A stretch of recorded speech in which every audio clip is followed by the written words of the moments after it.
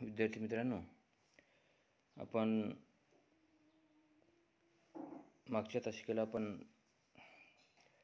निवडक मराठी गद्य अभ्यासपत्रिका क्रमांक 5 वर्ग BA second year optional Marathi या अभ्यासपत्रिकेतील जो 4 क्रमांकाचा पाठ आहे आणि हा शेवटचा पाठ आहे आपला वैदिक परंपरेची घमंड या पाठाचे लेखक डॉक्टर A.H. साळुंखे या पाठाला आपण मागच्या अनेक तासिकेपासून आपण सुरुवात केलेली आहे। या पाठाचा काही भाग झालेला आहे, उर्वरित घटकांचा आज आपण विचार करत आहोत। वैदिक परंपरेची घमंड या पाठाच्या अनुषंगाने आपण अनेक वेगवेगळ्या घटकांचा, पैलूंचा, मुद्द्यांचा आपण विचार केलेला आहे। आपण आज काही या पाठातील काही महत्त्वाचे मुद्दे, महत्त्वाचे घटक घेऊन आपण पुढे जाणार आहोत। शेवटचा आपण मागच्या तासिकेला विचार केला होता बहुजनांना वेदाचा नामक त्रास। बहुजन समाजाला प्रचंड मोठा त्रास वेदाचा, संस्कृतचा, मंत्राचा झालेला आहे आणि त्याचीच प्रत्युत्तर म्हणजे वैदिक परंपरेची घमंड हे उत्तर अचूक डॉक्टर A.H. साळुंखे सरांनी दिलेलं आहे असं म्हणायला काहीच हरकत नाही।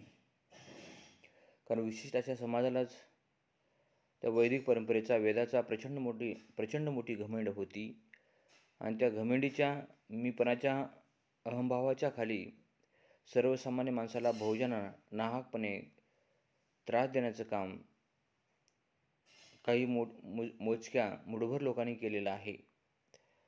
बहुजन म्हणजे अतिशय तुच्छ, बहुजन म्हणजे कनिष्ठ, बहुजन म्हणजे सामान्य आणि आम्ही म्हणजे काहीतरी वेगळे आहोत अशा प्रकारची भावना, अशा प्रकारचा विचार समाजामध्ये दाखवण्याचं, समाजामध्ये पेरण्याचं काम काही लोकांनी केलेलं आहे।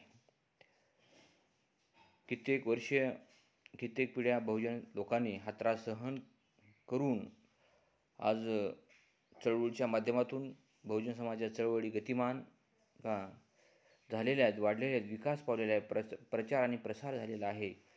काय योग्य आणि काय चुकीचं हे शहानिशा करण्याचं काम आता बहुजन समाज करत आहे। म्हणूनच बहुजनांना वेदांचा नाहक त्रास झालेला आहे आणि तो त्रास सहन करण्याचं काम या लोकांनी सुद्धा केलेलं आहे।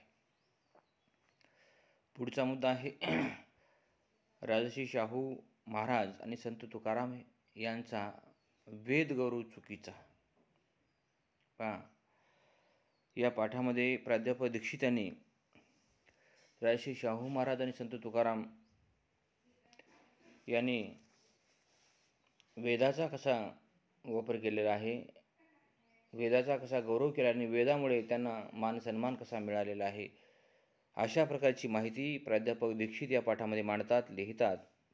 त्यालाच प्रत्युत्तर म्हणून, त्यालाच सडेतोड उत्तर देण्याचं काम डॉक्टर A.H. साळुंखे सरांनी पुराव्यासह केलेलं आहे। राजर्षी शाहू महाराज आणि संत तुकारामांना वेदाचा प्रचंड मोठा त्रास झालेला आहे। वेदामुळे गौरव, वेदामुळे सन्मान, मानसन्मान, प्रतिष्ठा मिळालेला नाही। एका ठिकाणी संत तुकाराम आपल्या अभंगामध्ये म्हणतात, अनेक अशा प्रकारची वेदाची उदाहरणं संत तुकारामांनी दिलेली आहेत। वेदाचाच अर्थ आम्हासीच ठावा। बघा, जी ब्राह्मण समाज जो आहे, जो अतिशय स्वतःला वरचा असा श्रेष्ठ समजतो, तो वर्ग संत तुकारामांना कशा पद्धतीने त्रास दिलेला आहे हे अभंगातून तुमच्या लक्षात येईल। वेदाचाच अर्थ आम्हासीच ठावा। संत तुकारामांना वेदाचा अर्थ, संत तुकारामासारखे संत तुकारामासारखे महापुरुष राजश्री शाहू महाराज असतील, संत तुकाराम असतील, हे वेदाचा अर्थ ते सांगू शकत नाही। वेदाचा अर्थ, वेदाचा मतितार्थ, वेदाचा भावार्थ हे फक्त आम्हीच सांगू शकतो आणि तो सांगण्याचा अधिकार हे आमचा आहे। ते आम्हाला वेदाचा मतितार्थ, वेदामधला अर्थ ते आम्हालाच कळू शकतो, इतरांना समजू शकत नाही। अशा प्रकारची दरपुक्ती विशिष्ट समाजाने त्या काळामध्ये दिलेली आहे, मांडलेली आहे। म्हणूनच संत तुकारामांनी अभंगवाणी जे लिहिलेले अभंग, तुकारामाची जी अभंग आता आहे त्या अभंगामध्ये त्यांनी अभंग लिहिला, वेदाचा अर्थ आम्हासीच ठावा, अर्थवाही भार वाही. असे मग बाकीच्या लोकांनी फक्त ओझं वाहण्याचं काम करावं, भार वाहून याचं काम करावं, संस्कृतीचं ओझं पेलण्याचं काम बाकीच्या लोकांनी करावं. आम्ही फक्त संस्कृतीचे दिशादर्शक आहोत, मार्गदर्शक आहोत, अशा प्रकारचा विचार त्यांनी मांडलेला आहे. आणि या ठिकाणी दीक्षित म्हणतात, राजश्री शाहू महाराज आणि संत तुकारामांना वेदामुळे गौरव प्राप्त झालेला आहे, हे चुकीचं आहे. आणि ते साळुंखे सरांनी ते मांडलेलं सुद्धा आहे. सर्वात जास्त जर त्रास जर कोणाला झाला असेल वेदाचा, तर असे शाहू महाराज. विद्यार्थी मित्रांनो, कोणाचा इतिहास विषय असेल किंवा इतिहासाचं तुम्ही वाचन जर करत असाल, इतिहासाचे अभ्यासक असाल, तर असे शाहू महाराज वेदोक्त प्रकरण हे प्रसिद्ध अशा प्रकारचं वेदोक्त प्रकरण आहे. सामाजिक बहुजन चळवळीच्या माध्यमातून वेदोक्त प्रकरण प्रचंड मोठी चर्चा भाषेसुद्धा झालेला आहे. आणि त्यानंतर संत तुकारामांना सुद्धा खूप मोठा त्रास झालेला आहे. त्यांचं असं म्हणणं होतं की ही अशा प्रकारची अभंगाची मांडणी, कवितेचं लेखन हे जे आहे, हे अभंग आम्हीच लिहू शकतो, इतर कोणीही लिहू शकत नाही. आणि जे लिहितात ते चुकीचं लिहितात, अशा प्रकारचा आविर्भाव विशिष्ट अशा लोकांच्या मनामध्ये तयार झालेला होता. आणि हा आविर्भाव, हा मीपणा नाहीसा करण्यासाठी राजश्री शाहू महाराज आणि संत तुकाराम अशा अनेक मंडळींना, लोकांना तो त्रास सहन करावा. आता कुठेतरी तो त्रास आता कमी झालेला आहे. पण याचं सर्व त्रास सहन करण्याचं काम या लोकांनी केलेलं आहे. मुलांनो, अशा पद्धतीने प्राध्यापक दीक्षित चुकीची मांडणी करतात आणि याचा वेद गौरव चुकीचा केलेला आहे. अशा प्रकारची संदर्भासह रेफरन्स बुकच्या माध्यमातून प्राध्यापक साळुंखे सरांनी त्यांनी जी टीका केली आहे, त्या टीकेचं खंडन आणि मंडन करण्याचं काम साळुंखे सरांनी केलेलं आहे. पुढचा मुद्दा, भारतीय संस्कृतीचा उगम वेदात. हा प्रश्न साळुंखे सरांच्या मनात निर्माण झालेला आहे. प्राध्यापक दीक्षित जेव्हा साळुंखे सरांच्या ग्रंथावर टीका करतात, त्या टीकेमध्ये म्हणतात भारतीय संस्कृतीचा उगमच कशामध्ये आहे? वेदामध्ये आहे. भारतीय संस्कृतीचा, हिंदू संस्कृतीचा उगमच वेदामध्ये आहे. आणि वैदिक संस्कृतीतूनच भारतीय संस्कृतीचा उदय झालेला आहे, जन्म झालेला आहे, अशा प्रकारची मांडणी करतात. तेव्हा साळुंखे सरांना प्रश्न पडतो की प्राध्यापक दीक्षित यांचं वाचन हे तोकडं आहे, अपुरं आहे आणि फारच कमी आहे. त्यांच्या वाचनाचा, त्यांच्या अभ्यासाची मला कीव येते, असं स्पष्टपणे साळुंखे सर या पाठामध्ये मांडतात. भारतीय संस्कृतीचा उगम हा वेदामध्ये नसून, तर भारतीय संस्कृतीचा उगम मोहेंजोदडो, हडप्पा संस्कृतीमध्ये त्याची पाळंमुळं शोधावं लागेल. आणि त्याच्याही अगोदर मागच्या संस्कृतीमध्ये आपल्याला पाठीमागे जाऊन पाहावं लागेल. इतिहासाची पानं पाठीमागे जाऊन आपल्याला चाळावी लागतील, तेव्हा भारतीय संस्कृतीचा उगम कुठे झालेला हे सांगता येईल. आता यावरून असा अंदाज येतो की प्राध्यापक दीक्षित यांचं वाचन किती अपुरं आहे, किती थोडं आहे. जी माणसं ज्यांचं वाचन अगदी तोकडं असतं, थोडं असतं, ती माणसं कशी उथळ असतात. साळुंखे सरांचं वाचन प्रचंड मोठं वाचन, 24 तास वाचनामध्येच गाढून घेतलेला माणूस म्हणजे साळुंखे सर आहेत. तर भारतीय संस्कृतीचा उगम हा वैदिक संस्कृती झालेला नसून, भारतीय संस्कृती उगम हडप्पा, मोहेंजोदडो संस्कृतीमध्ये, त्याही अगोदर जैन संस्कृतीमध्ये अशा पद्धतीचे जैन संस्कृतीमध्ये सुद्धा याची पाळंमुळं शोधावी लागेल. तर भारतीय संस्कृतीचा उगम हा वेदात झालेला नसून, वैदिक संस्कृती झालेला नसून, त्याच्याही अगोदर भारतीय संस्कृती फार जुनी आहे, प्राचीन आहे. याची मांडणी साळुंखे सर या पाठाच्या माध्यमातून करतात. आपल्या सर्वांना सुद्धा म्हणजे वाटणं स्वाभाविक आहे की भारतीय संस्कृती ही वेदात पासून ती तयार झालेली आहे, जन्मलेली आहे, हे अशा पद्धतीचं वाटणं स्वाभाविक आहे. परंतु मुलांनो, तसं अजिबात नाही. तर ही मांडणीच अतिशय चांगल्या पद्धतीने त्यांनी करण्याचं काम केलेलं आहे. आणि या वेगवेगळ्या माध्यमातूनच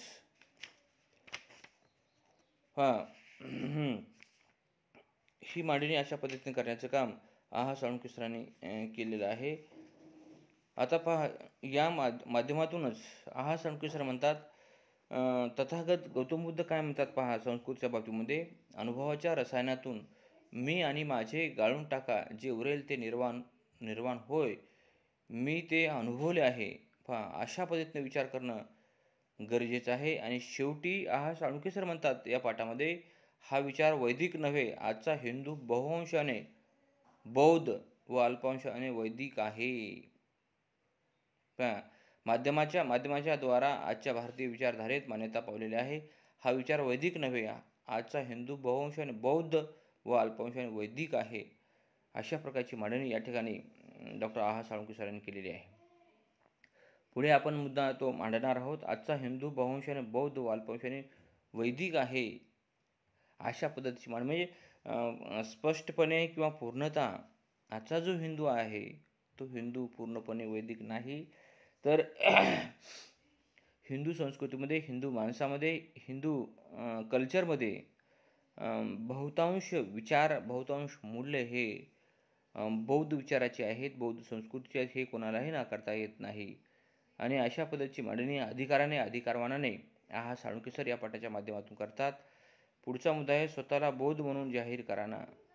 पहा, आहा साळुंखे सर प्राध्यापक दीक्षित आणि त्यांच्या सर्व विचारधारेला त्यांनी आव्हान करतात की तुम्हाला अशा पद्धतीचं इतिहासाचं तुम्हाला भान नाही, इतिहासाचा तुम्हाला अभ्यास नाही, तुम्ही चुकीची मांडणी करता, लोकांना चुकीची दिशा देण्याचं काम तुम्ही करू नये. तर तुम्ही खोलात जाऊन, मुळात जाऊन संस्कृतीची पाळंमुळं, संस्कृतीचा तळ ढवळून पाहावं आणि मगच अशा प्रकारची टीका करायला तुम्ही पुढे यावं, अन्यथा तुम्ही पुढे येऊ नये. आणि शेवटी आहा साळुंखे सर म्हणतात, स्वतःला बौद्ध म्हणून जाहीर करा ना. का करत नाही तुम्ही स्वतःला? तुम्ही स्वतःला स्वतःला तुम्ही वैदिक समजता, वैदिक संस्कृतीचे पाईक समजता, ते चुकीचं आहे. तुम्ही जे म्हणता ते चुकीचं आहे. आणि तुम्ही एका ठिकाणी असं म्हटलेलं आहे, आजचा हिंदू बहुअंशाने बौद्ध व अल्पांशाने वैदिक आहे असे म्हणता. मग असं जर म्हणत असाल, वैदिक विचारापेक्षा बौद्ध विचाराचा अधिक अंश, अधिक मूल्य आपल्या संस्कृती, हिंदू संस्कृतीमध्ये जर असतील, तुम्ही ते स्वतःला बौद्ध म्हणून का जाहीर करत नाही? तेवढं मोठं धाडस तुम्ही करायला पाहिजे.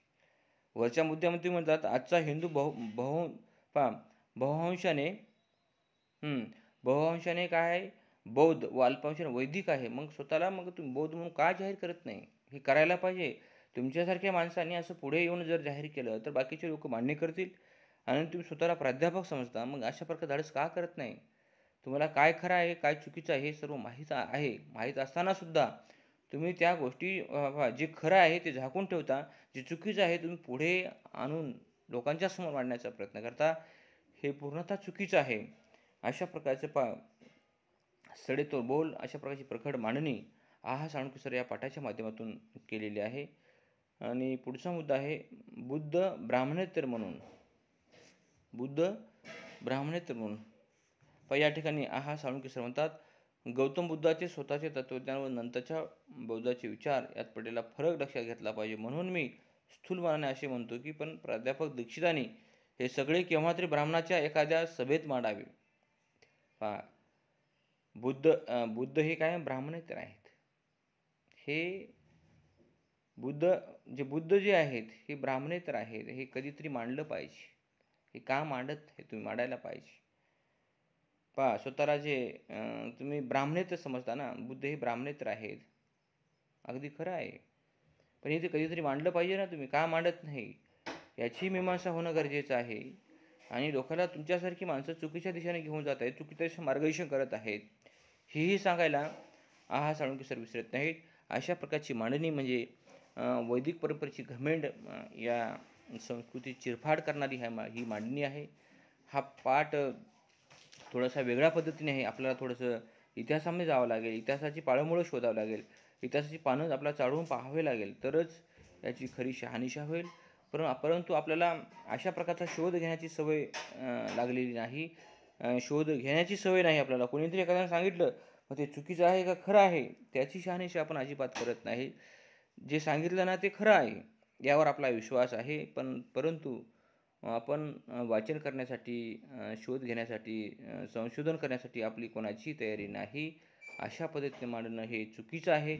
आणि खरं काय आहे ते लोकांच्या समोर ग्रंथाच्या माध्यमातून अभ्यासाच्या माध्यमातून समोर येणं गरजेचं आहे. याचाही विचार या पाठामध्ये साळुंखे सरांनी केलेला आहे. शेवटचा मुद्दा आहे मुलांनो, या पाठाचा मुद्दा आहे दूध कोण आणि साखर कोण, याचाही विचार केला पाहिजे मुलांनो. पहा, दूध कोण साखर कोण याचाही विचार केला. मुलांनो, वैदिक परंपरेची घमेंड हा जो पाठ आहे, हा पाठ आता आमच्या धडावर आमचेच डोके असेल या ग्रंथातून हा विचार घेतलेला आहे.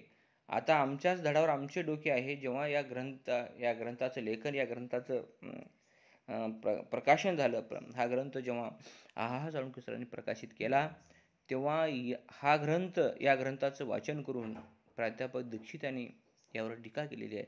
या टीकेला उत्तर म्हणजे हा पाठ आहे मुलांनो, वैदिक परंपरेची घमेंड. साळुंखे सरांनी अगदी अचूक आणि अगदी अतिशय ठामपणे प्रखड अशा प्रकारची भूमिका त्याने या पाठाच्या अनुषंगाने मांडलेली आहे. आता आमच्या धडावर आमचेच डोके. पहा, तर आता माझं जे धड आहे, माझ्या धडावर हे माझं डोकं असलं पाहिजे. माझं धड आणि डोकं दुसऱ्यांचं, ही अशा पद्धतीचं वागणं, अशा पद्धतीचं विचार, अशा पद्धतीनं जगणं हे पूर्णपणे चुकीचं आहे. माझं शरीर आहे, माझं डोकं असलं पाहिजे. परंतु बहुतांश लोक काय करतात, आपलं शरीर असतं पण डोकं दुसऱ्याचं वापरतात. त्यामुळे कुठेतरी गफलत, कुठेतरी चुकीच्या पद्धतीनं आपण वाटचाल करत आहोत. याचे परिणाम आपल्या सर्वांना भोगावे लागतात, आपल्याला भोगावे लागतात आणि आपल्या पिढीला सुद्धा भोगावे लागतात. आपलं शरीर आहे म्हणजे आपलंच डोकं आहे. आपणच विचार केला पाहिजे, आपण निर्णय केला पाहिजे, घेतला पाहिजे. काय खरं आहे, काय चुकीचं आहे, याची सुद्धा शहानिशा करणं गरजेचं आहे आणि ते केलं पाहिजे. शेवटचा मुद्दा आहे दूध कोण आणि साखर कोण. बरोबर आहे. परंतु साखर दुधात टाकल्यानंतर काही काळानंतर ती साखर विरघळून जाते आणि शेवटी दूधच शिल्लक राहतं मुलांना. शेवटी काय, दूधच शिल्लक राहतं. कितीही सांगितलं मी साखर आहे, पण साखराचं अस्तित्व नंतर संपून जातं मुलांनो. शेवटपर्यंत अस्तित्व कोणाचं असतं, हे दुधाचं असतं. म्हणून आपण कोणत्या विचाराचे आहोत, कसं जगतो याचाही विचार करणं गरजेचं आहे. आणि प्राध्यापक दीक्षित या ठिकाणी मांडतात, आजचा हिंदू बहुंशाने बौद्ध व अल्पवंशाने वैदिक आहे. बुद्धानुयायी व बौद्ध धर्म येथून परांगदा झाले नाहीत, ते येथेच मुरून राहिलेत. दुधात विरघळलेली साखर जशी निराळी काढून दाखविता येणार नाही, तसा बौद्ध धर्म हिंदूच्या धार्मिकतेपासून वेगळा काढून दाखविता येणार नाही. बुद्धाला विष्णूचा नवा अवतार म्हणण्याचा आशय आहे, तसे म्हणण्यात नुच्चेपणाचा भाग नसून इतिहासाचे भान आहे. दुधात विरघळलेल्या साखरेचे प्राध्यापक दीक्षितांनी दिले उदाहरण चुकीचे आहे, कारण साखर दुधात विरघळल्यानंतर पाहायला हे काय आहे हे म्हणून विचारले तर हे दूध आहे असेच म्हणावे लागेल. कारण कितीही साखर दुधामध्ये मिसळण्याचा जरी प्रयत्न केला तर ती साखर नंतर विरघळण्याचं दिसत नाही, ती शेवटी दूधच दिसेल मुलांनो. म्हणून इथली संस्कृती ही काय बौद्ध संस्कृती आहे हे मान्यच करावं लागेल. कारण दुधामध्ये साखर मिसळल्यानंतर दुधाचं अस्तित्व वेगळं आणि साखरेचं अस्तित्व वेगळं करणार नाही, ते पूर्ण एकजीव होऊन जातं. म्हणून इथली जी संस्कृती आहे ही खरी मूळ संस्कृती कुठली असेल तर बौद्ध संस्कृती आहे. याचाही विचार, याचंही भान प्राध्यापक दीक्षितांना लक्षात घेणं गरजेचं आहे. अशा पद्धतीने हा विचार या पाठाच्या माध्यमातून प्राध्यापक दीक्षित यांनी मांडलेला आहे मुलांनो. आपण या पाठाच्या समारोपाकडे वळत आहोत. भारतीय वैदिक आणि अवैदिक संस्कृतीमधील सततचा संघर्ष, हा संघर्ष किती वर्षापासून चालत आलेला आहे, परंतु या संघर्षामध्ये काही तथ्य नाही मुलांनो. खरी जी संस्कृती आहे सध्याची अवैदिक संस्कृती आहे, परंतु काही मोजके लोक, काही 1-2% लोक ही वैदिक संस्कृती हीच भारतीय संस्कृतीचा उगम आहे अशा प्रकारचं आव आणून सांगण्याचा प्रयत्न करतात, उष्ण आव आणून सांगण्याचा प्रयत्न करतात, पण ते काही काळाच्या ओघामध्ये हे काही टिकणार नाही. म्हणून भारतीय वैदिक आणि अवैदिक संस्कृतीमधील सततचा संघर्ष हे आपल्या सर्वांना ज्ञात आहे. तो कोणता खरा आहे, कोणता चुकीचा हे त्यातून आपल्याला वेगळं करता आलं पाहिजे. तसे भारतीय संस्कृतीचा उगम वैदिक संस्कृतीत नसून अवैदिक संस्कृतीतच आहे, हे सहप्रमाण डॉक्टर साळुंखे सरांनी या पाठाच्या माध्यमातून सांगितले. अशा प्रकारे या ठिकाणी हा पाठ संपलेला आहे. मुलांनो, नमस्कार, धन्यवाद.